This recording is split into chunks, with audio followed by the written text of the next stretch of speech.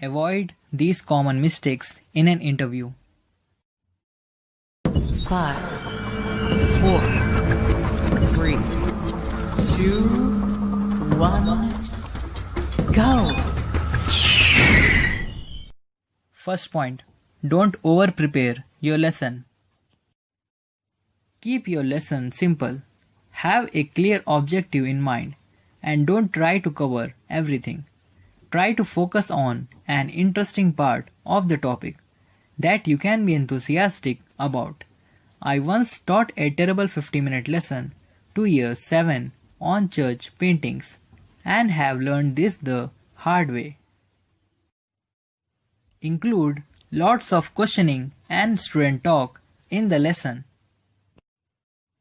Don't worry too much about having them do some writing. Heads are more interested to see you demonstrate your enthusiasm and good relationship with the students.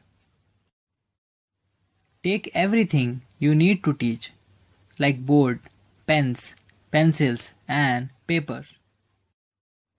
Be prepared to start the lesson immediately. You may not get any preparation time. Many times I have gone in wanting to project a picture of a primary source, only to find that I am expected to start the lesson at a moment's notice. Print out what you need instead. Always dress smart. I always seem to buy a brand new outfit.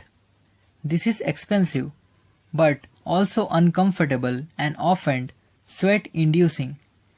Obviously, we want to look smart, but you also need to know how your clothes will be, and to be comfortable, the last thing you need is to be worrying about an itching skirt or a top that is unexpectedly riding up.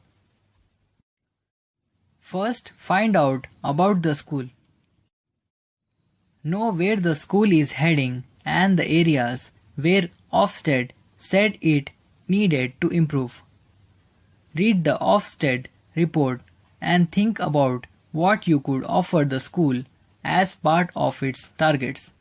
Have a look at its GCSE and A-level results and any policies on the website.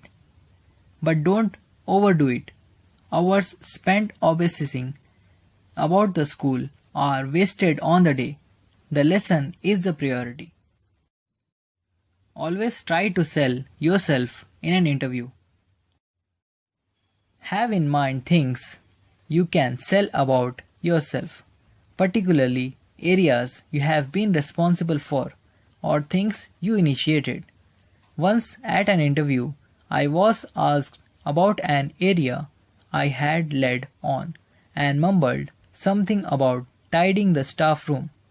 The next question I was prepared for this question. Be friendly but aware. Don't assume that anyone you speak to is there in an informal capacity.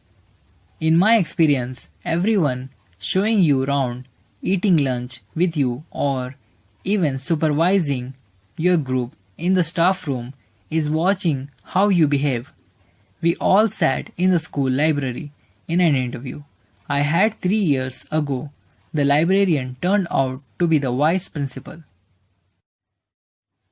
Don't be intimidated by the opposition. They may look scary, polished, and ambitious, but this doesn't guarantee them the job over you.